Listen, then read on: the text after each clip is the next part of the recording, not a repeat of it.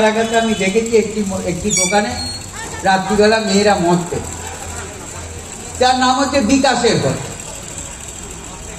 আমি খবরটা পাওয়ার পর আমি দুদিন পর পর রাত্রিবেলায় গেছি যে কোন মেয়েরা হোটেলে মদ খেতে যায় তা দেখাতে। আমি হোটেলওয়ালাকে বলে এসেছি এখন থেকে কোনো মহিলাই হোটেলে মদ খেতে যাওয়া যায়। এটাও তো আমাকে দেখতে হবে, তাহলে ওই মহিলারা যদি মদ খেতে যায়, যদি কোনো অঘটন ঘটে যায় তখন কি হয়, সেজন্য আমাদের পাহারা দিতে হচ্ছে। মায়েরা রাস্তায় নেমেছেন, কেউ রাত জাগো, রাত পাহারা দাও, মায়েরা মিছিল করছেন। তা মায়েদের রাত 2টোর সময় 11টার সময় মিছিল করার মতো পরিবেশ আছে বলেই তো করতে পারছেন। এই বৃষ্টির সময় কালকে রাত্রিবেলাতে একটি জায়গাতে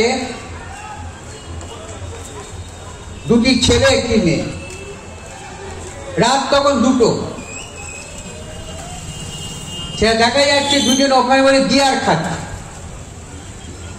যথারীতি পুলিশকে জানা হলো, বাবা মাকে ফোন করা হলো যে রাত 2টোর সময় আপনার মেয়ে কোন রাত জাগো আন্দোলনে গেছে।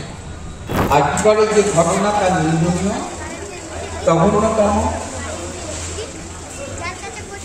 অপরাধযোগ্য, দৃষ্টান্তমূলক শাস্তি হওয়া।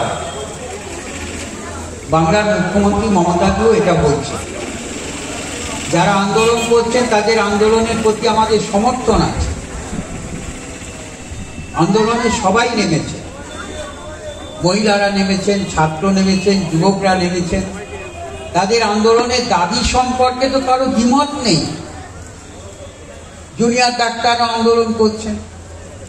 আমাদের মুখ্যমন্ত্রী কিন্তু বারে বারে এইটাই বলেছেন, এই ঘটনার দৃষ্টান্তমূলক সাজা হওয়া দরকার, সাজা মানে ফাঁসি।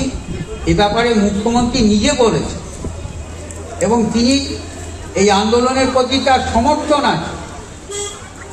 যথারীতি কেন্দ্রীয় সংস্থা সিবিআই তদন্ত করছে, যারা অপরাধী তাদের দৃষ্টান্তমূলক সাজা হোক, মুখ্যমন্ত্রী চাইছে। কথাগুলো আমি কেন বলছিলাম যে মায়েরা রাস্তায় নেমেছেন, কেউ রাত জাগো, রাত পাহারা দাও, মায়েরা মিছিল করছেন। তা মায়েদের রাত 2টোর সময় 11টার সময় মিছিল করার মতো পরিবেশ আছে বলেই তো করতে পারছেন। এটা তো মানতে হবে, এটা তো অস্বীকার করে লাভ নেই। কিন্তু আমার বক্তব্য ছিল, আমার এলাকাতে আমি দেখেছি একটি দোকানে রাত্রিবেলা মেয়েরা মদ খেত, যার নাম হচ্ছে বিকাশের ঘর। আমি খবরটা পাওয়ার পর আমি দুদিন পর পর রাত্রিবেলায় গেছি যে কোন মেয়েরা হোটেলে মদ খেতে যায় তা দেখাতে। আমি হোটেলওয়ালাকে বলে এসেছি এখন থেকে কোনো মহিলাই হোটেলে মদ খেতে যাওয়া যায়। এটাও তো আমাকে দেখতে হবে, তাহলে ওই মহিলারা যদি মদ খেতে যায়, যদি কোনো অঘটন ঘটে যায় তখন কি হয়, সেজন্য আমাদের পাহারা দিতে হচ্ছে। এটাও তো করতে হচ্ছে। একটা ঘটনার কথা বলি, এই বৃষ্টির সময় কালকে রাত্রিবেলাতে একটি জায়গাতে দুটি ছেলে একটি মেয়ে, রাত তখন 2টো, সে দেখা যাচ্ছে দুজন ওখানে বলে বিয়ার খাচ্ছে। যথারীতি পুলিশকে জানা হলো, বাবা মাকে ফোন করা হলো যে রাত 2টোর সময় আপনার মেয়ে কোন রাত জাগো আন্দোলনে গেছে। পুলিশ এসে তুলে নিয়ে গেল। এবার কি করবো বলুন? যে আমাদের ছেলেরা যদি না পাহারা দিত, তাহলে ওই মদ্যপ অবস্থায় মেয়েটা যদি কিছু হয়ে যেত, তাহলে তখন তো আবার দায়িত্ব আমাদের করতো লোকে। এ কথাগুলো তো ভাবতে হবে। তাহলে বাড়ির কোনো মহিলাকে অসম্মান করার জন্য আমি বললাম না, কিন্তু এই ঘটনাগুলো অনেকে তো জানেন কিন্তু বলেন না। আমাকে বলতে হচ্ছে বাধ্য হয়ে, কারণ ওদের এই রাত্রিবেলা তখন আমাদের পাহারা দিত।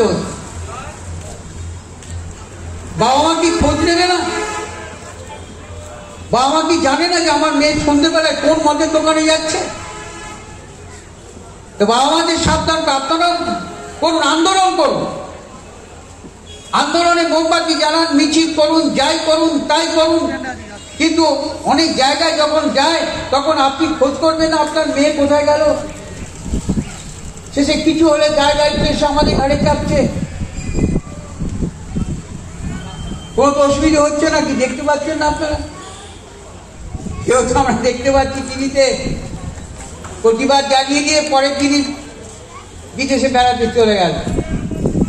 আবার আমি কদিন আগে গোপনে একদিন এই আধুনিকার এখানে দাঁড়িয়েছিলাম। আপনাকে অনেকে হয়তো আমাকে চেনেন না, এটা ঠিকই, কিন্তু আমি তো এমনি গ্রামে ঘোরা লোক, এটা ঠিকই তো, গাড়ি ছেড়েও হাঁটতে হাঁটতে দেখতে দেখতে যাই। আমিও কান্নায় কি সন্ধ্যেবেলা আধুনিকার সামনে দাঁড়িয়েছিলাম, খেয়াল করছিলাম যারা বলছিল পুজো আর মন থেকে নিঃসন্দেহে একটা দুঃখের ঘটনা, অনুতাপের ঘটনা, কিন্তু সবচেয়ে প্রতিবাদী মুখ যখন দেখি আধুনিকাকে বড় বাজার করে ফিরছে গায়ে গেল। তাই দেখছি আমি নিজে না রেখে তো বলতে পারবো না। আমি তো দেখি এই চরিত্রটা খারাপ লাগে, মনটা খারাপ হয়ে যায়, কালকে আজকে খারাপ হয়ে। আমি দেখছি বড় বড় দোকানগুলোতে কদিন ধরে গণেশ ঠাকুর জানেন আমি গোপনে হানা মারছি, দূরে দাঁড়িয়ে থাকছি, চা খাওয়ার নাম করে দিই, কে বাজার কিনছে দেখছি।